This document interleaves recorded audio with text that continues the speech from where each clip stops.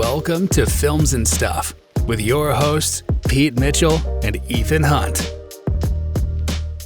Hi, everybody. Welcome back to the Films and Stuff podcast. I'm Ethan, joined, as always, by the MVP, Most Valuable Pete. Hey, Pete, what's up today? Not much. I'm super excited. How are you?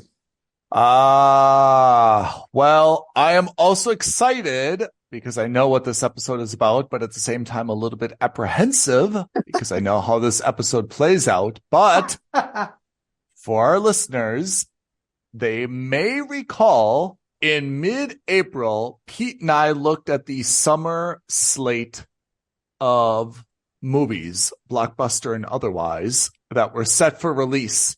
And as we've done in years past, we each predicted, hence the name Predicties, what we thought were going to be the top 10 highest grossing movies of the summer, plus a wild card.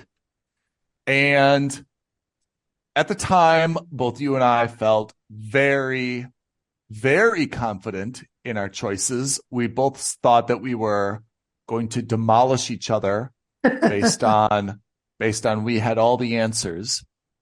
And now, can we say the cows have come home? The roosters have come to roost? The crows have come to roost. The crows and the cows and the roosters have all come back. The farm animals are home, baby. The barn door is closed, and it's time for us to face the music.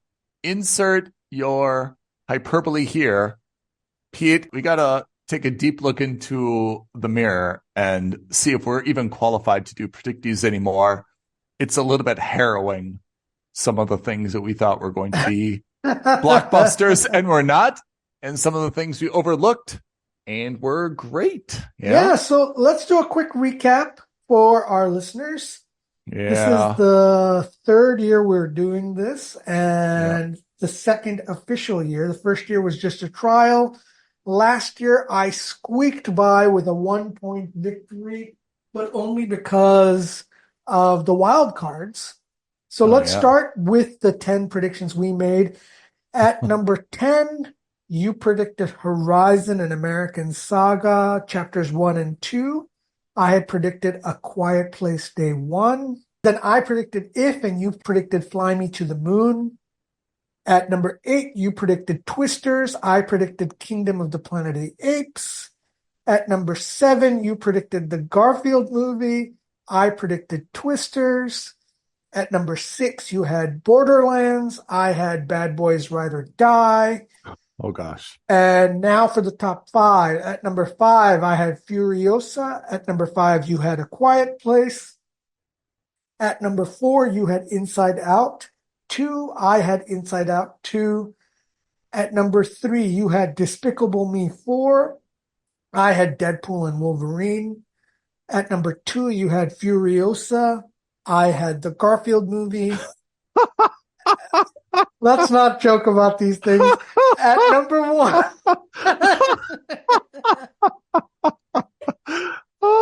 At number 1, you had Deadpool. You said it so fast, like you're hoping that I wouldn't catch on. Let's gloss over that quickly.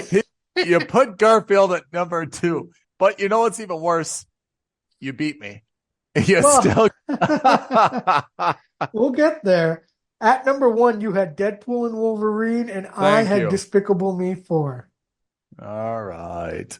So let's talk about the actual results. Of course, as usual, we are looking at the international grosses, and we are omitting films from foreign releases, for example, India and China, two very big markets. Yeah. But because there's no way to get accurate box office results, and because, frankly speaking, they don't have the widespread appeal as Hollywood movies typically tend to do, we ignore them for now. And who knows, maybe in the next couple of years that's going to change. But at least for now, we're just looking at Hollywood releases. That's right.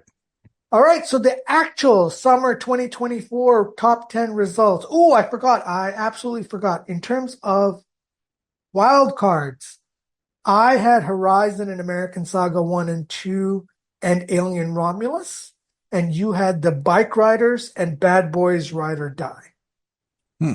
Okay. So let's go through the actual top 10 results, shall we? Yes, let's do it. Number 10, the Garfield movie with $255 million. Credit where credit is due. At least Garfield was in the top 10. Thank God for that. Number 9, A Quiet Place Day One with $261 million.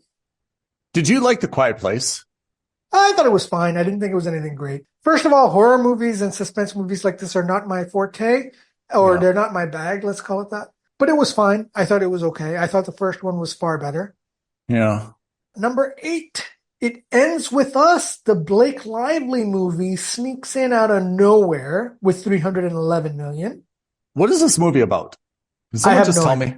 It's a book adaptation, and I assume it's some kind of like romance book like Nicholas Sparks movies are. Okay. At number 7 is Alien Romulus with $315 million.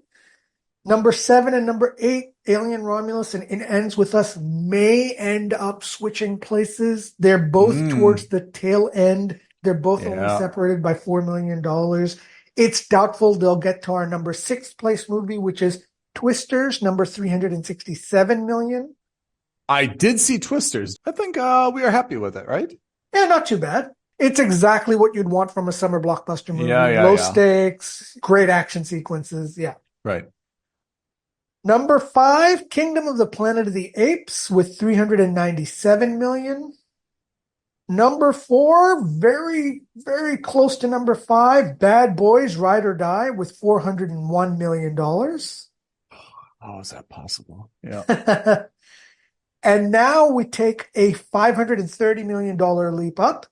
At number 3, Despicable Me 4 with $931 million. Where did you and I have Despicable Me 4 on our lists? I had it at number 1 and you had it at number 3. So that was actually not just a successful prediction for you. It was an accurate prediction for you. Ah, all right. At number 2, with the 53rd movie to cross $1 billion in the history of cinema, Deadpool and Wolverine with $1.286 billion. Okay. And then at number 1, the surprise smash hit out of left field, Inside Out 2 with $1.671 billion. Actually, the 53rd, Deadpool and Wolverine was the 54th movie to cross $1 billion. Where did you and I put Inside Out 2? Both of us had it at number 4. Oh, okay. All right, so let's just quickly do the points tally. Let's talk about the good, the bad, and the ugly. Right. So the points tally is as follows. Ethan, you had 6 successful predictions, 1 of which was accurate, and you had the bonus of 1 of your wild card predictions getting in the top 10, giving you a total of 21 points. Okay. I had 8 successful predictions, none of them accurate, with 1 successful wild card prediction coming in the top 10, eking out a victory with 25 points. Where did I go wrong? Well, I can tell you where you and I both went wrong. First of all, we both had Horizon in there. Horizon was a critical and commercial flop. In fact, to say mildly. The sequel was supposed to come out this summer. It was supposed to be one of the rare times a movie that was in 2 parts was supposed to come out in the same summer. And we both praised it for that. It had a budget of $50 million. Supposedly, Horizon 1 and 2 had a total budget of $100 million, a majority of which was either guaranteed or paid by Kevin Costner. And it made hardly, I think, $30 million. Oh my gosh, yuck. Yeah, terrible. So that was one place. You had Fly Me to the Moon on your list. Oh, that's romantic comedy. Great topic, good movie, but just not a big cast summer blockbuster. Oh, huge cast, right? Channing Tatum, Scarlett Johansson. Yeah. It had the makings for what could have been the equivalent of Blake Lively's It Ends With Us, but it didn't deliver. You had Borderlands on your list, which was quite possibly the biggest flop of the year. I think it made $30 million total against a budget of 115 plus another 100 for prints and advertising. Between you and I, Borderlands is a bigger flop than You Guessing Garfield. But You Guessing Garfield just sounds funnier. But you at least stayed in the top 10.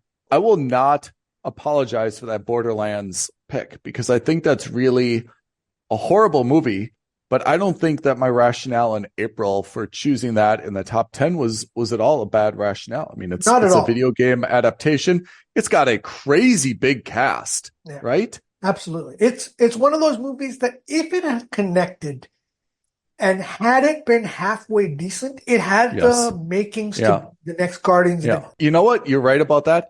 All it had to do was just kind of not be terrible.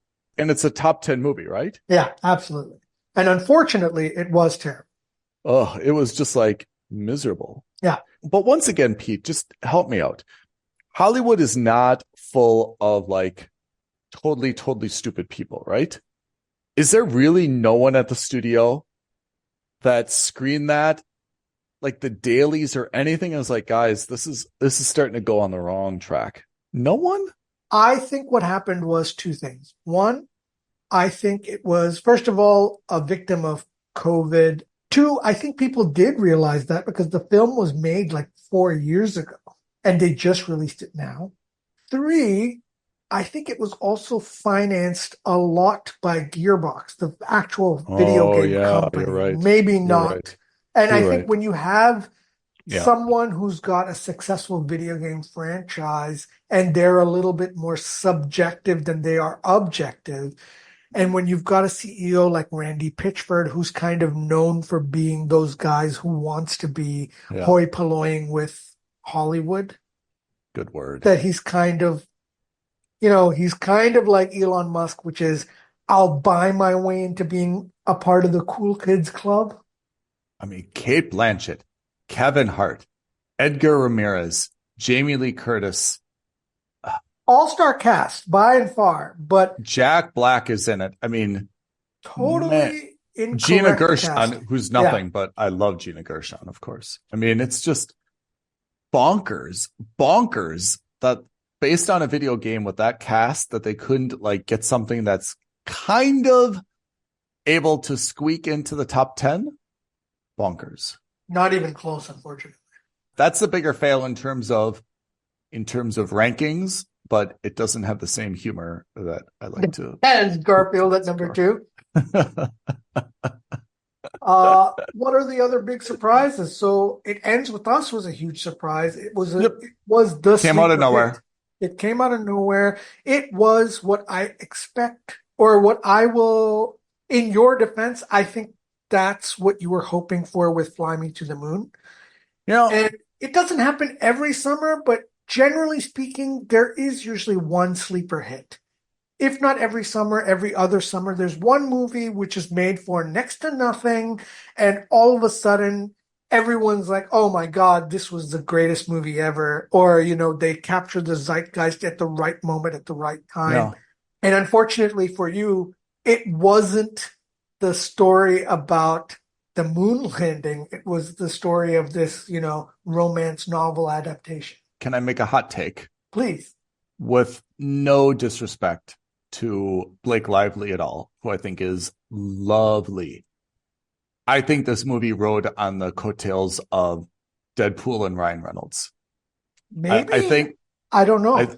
If there's no Ryan Reynolds, there's no Deadpool, and there's no Blake Lively being so associated with Lady Pool and also kind of being in the news, I think that It Ends With Us would not have been in the top 10.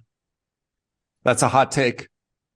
And it could be true, but my counter to that hot take, or let's play devil's advocate, what do you think the crossover is between fans of Deadpool and Wolverine and It Ends With Us? So I think 0, but I think it's that, there's a Blake Lively movie out. Yeah? Like, Blake Lively's hot. Blake Lively's in the news. Blake Lively's in a movie. Because, to be honest, Blake Lively is so lovely. But what's the last Blake Lively movie that's been anywhere in the top 10? Because she's a major celebrity. She is not a major movie star.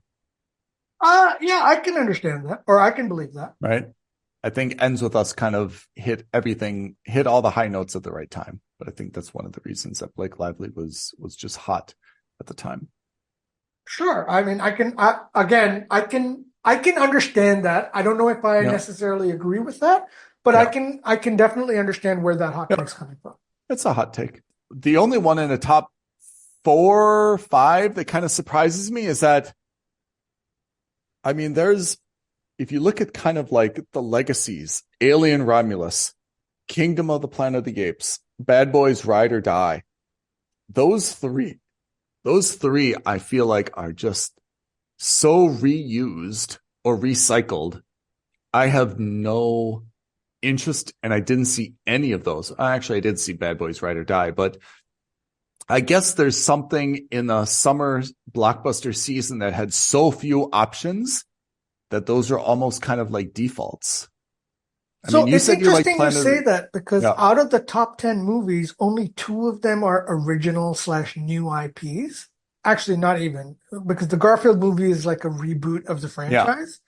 But it ends with us in the Garfield movie. But otherwise, Inside Out was a sequel. Deadpool and Wolverine is a threequel. Despicable Me is a fourquel. Yeah. Bad Boys is a fourquel. Kingdom of the Planet of the Apes is like the 10th or 12th movie in the franchise. Twisters is a legacy sequel. Alien Romulus is a prequel/sequel. Yep. A Quiet Place Day One is a threequel. So, it's yet another summer where existing IP or continuations of films has dominated the top 10. Dominated. Yeah. And I think the one surprise that we haven't talked about, which was the shocker, is Furiosa, a Mad Max saga, not making it on the top 10 list. It didn't make more money than Garfield? It did not make more money than Garfield. What? Yeah. No. Yeah. What? Seriously. No. Oh, I totally forgot about that. I had Furiosa at like number 2, right? 2, yeah. What did you have Furiosa at? 5. Wow, that is maybe the upset of the summer, especially because that is also a well-worn IP as well, right? It was very surprising. Well, considering how much or how successful Fury Road was. I have to say, I didn't think that was a bad movie. I thought that was actually a very decent movie. Furiosa is a very defensible choice. Borderlands is a very defensible choice. Fury Road made $368 million worldwide, whereas Furiosa made $170 million against a budget of $170 million. It was a huge budget. I mean, not just a commercial flop, but like in terms of profitability, no way. Speaking of, by the way, in terms of profitability, 5 of the top 10, I believe, are profitable. I would say with the benefit of the doubt, 8 of them become profitable, and 2 of them are definitely not profitable. Which 2? Kingdom of the Planet of the Apes, which cost $160 million and only garnered $400 million. And Twisters, which cost $155 million and made $370 million. What about Bad Boys Ride or Die? What was the budget? Bad Boys Ride or Die budget was a reasonable $100 million. I have to say, for all the nonsense of the Bad Boys franchise after the first 2, which I loved, if you're going to make that movie, it is a $100 million movie. I'm actually okay with the decision saying, hey, let's roll it back with these 2 guys, but we're not spending more than $100 million. Yes, absolutely. I'm totally okay with that. Yeah. Considering it has an A-list star in Will Smith, despite all of his off-screen problems, and it has an A-list comedian in Martin Lawrence, I think $100 million is the upper limit as to what you should be spending on 2 aging guys in a well-worn franchise. I think that's absolutely right. Yeah. I mean, I like kind of everyone in that cast. I mean, if you go all the way up and down, I like everybody in that cast. I mean, I think it's a good cast, but I mean, I just feel like the story is a retread I really have a problem with the guys kind of like aging and having this self-awareness that they're making so many like aging jokes in the movie itself, like I appreciate the self-awareness, but I have to say it's getting a little bit trite now, for me. But overall, I have to say, like, I really, the franchise, the original and the second one, the Jerry Bruckheimer, produced ones. I mean, these are just absolutely fantastic. I can't get enough of those, Téa Leoni, when Will Smith was very, very thin in his prime, right? And then in terms of surprising profitability returns, right? It ends with Us had a 12x return on a budget of $25 million. It made 310. Yeah. And then, of course, you had Despicable Me, which had a budget of $100 million and it made 930. Then, of course, Inside Out 2, which had a budget of $200 million, but still made $1.6 billion. I mean, there are some lessons to be learned here. Will anyone learn the lessons? Doubtful, because Hollywood has a very short history, and Hollywood's also very, not just myopic, but I think Hollywood's also very optimistic, right? They will look at Inside Out and be like, hey, look, a $200 million movie has the opportunity to make $1.67 billion. So we should spend more money on making these movies. They don't look at it and saying, well, the reason it made 1.67 was because the movie was actually quite good and it hit on all the right cylinders. Like they should be looking not at Inside Out 2, but they should be looking at something like Furiosa, or they should be looking at something like Fly Me to the Moon, which had a $100 million budget and made $39 million, and saying, hey, for every Inside Out 2, there's a Furiosa, there's a Fly Me to the Moon, there's a Borderlands, where the movie's not even making a third of what we're spending to make it. All right. If we are looking to the summer of 2025, what should we be looking forward to? Have you seen any of the because everything's going to change, but have you looked at any of the things that are potentially coming out next year? So I haven't looked at the summer 25 films, but I have looked at the films for the rest of this year, which I think is maybe a little bit more pertinent to what we should for at least 2024. I find that there are 9 major releases. The first is Megalopolis, the new Adam Driver movie and Francis Ford Coppola film, which was also financed by himself. Joker 2, Folie à Deux. No. Saturday Night, which is the Lorne Michaels biopic, or maybe not Lorne Michaels, but Saturday Night Live biopic. Yeah. Venom 3, The Final Dance, or The Last Dance. No, but I feel like you want to see that. Well, kind of have to, right? Gladiator 2. Yes. Moana 2. No. Kraven the Hunter. No. Mufasa. What? Yeah, the prequel to Lion King. Huh. And the last one is Sonic 3. With Jim Carrey? Yeah, Jim Carrey's back. All right, this is what I see for the summer, very, very tentatively, of 2025. Okay. Fast X Part 2. Okay, which I don't think they've started filming. The Accountant 2. Thunderbolts. Mission Impossible 8. Karate Kid. Do I see that correctly? They're making a movie? On the list. Okay. Oh, F1 I'm looking forward to. The Brad Pitt movie. That'll be good. Jurassic Park Rebirth. Is there a Superman coming out? Oh, that is next summer. That's right. Yep. The first James Gunn film. I Know What You Did Last Summer. Okay. Fantastic Four. Is that right? Okay. I mean, they're still filming now, so could be. The Bad Guys 2. Okay.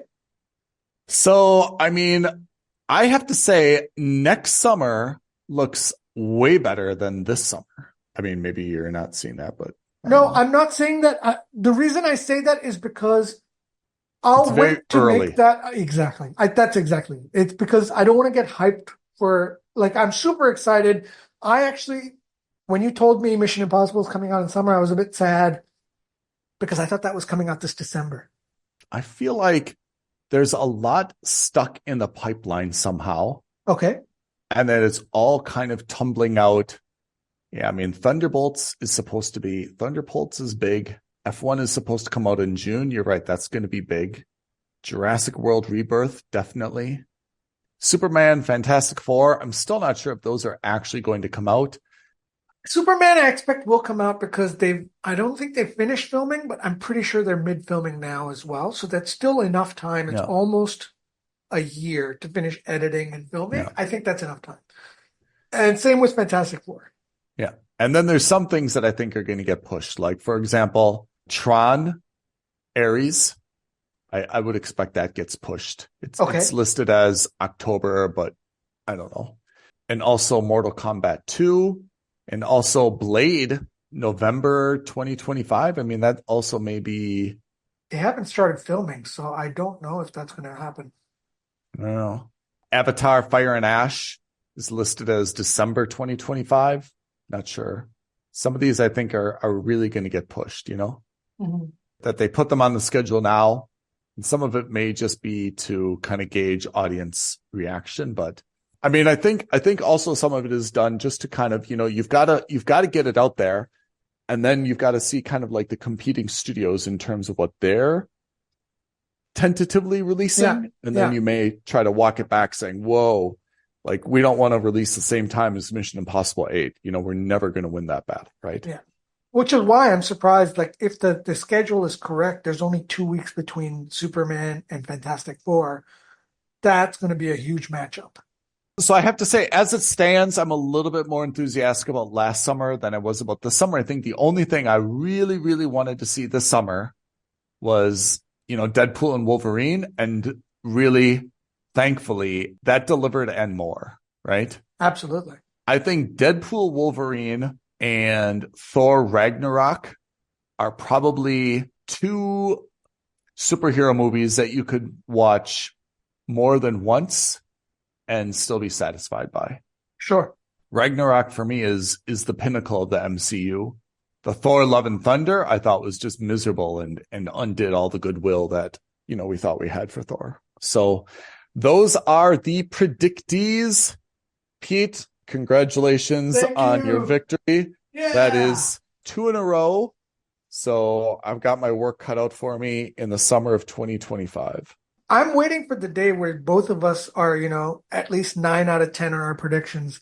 This year I was at 80%. You were at 60%, but you had going for you was that you at least had one accurate prediction. I had none. I think some of this, though, to be honest, the accurate prediction is a little bit luck more than anything. I mean, and I think it's really hard. I think it's very hard to get more than 8 out of 10. Realistically, because there are supposed to be some surprises. And if we've got a summer where like, look, I know 10 out of 10 what the best movies are going to be, I think that's a very boring, you know, summer season. What did you miss? You missed the Blake Lively movie, and what was the other one you missed? Alien Romulus, which was a wild card. So basically you did get 9 out of 10. Yes, you're being generous, but yes. Yeah. I think it's really difficult to, like, you're never going to get that Blake Lively movie. I mean, unless there's no way. You're absolutely right. Yeah. There's no way on earth. I hadn't even heard of this film until it was released and making all the money that it did.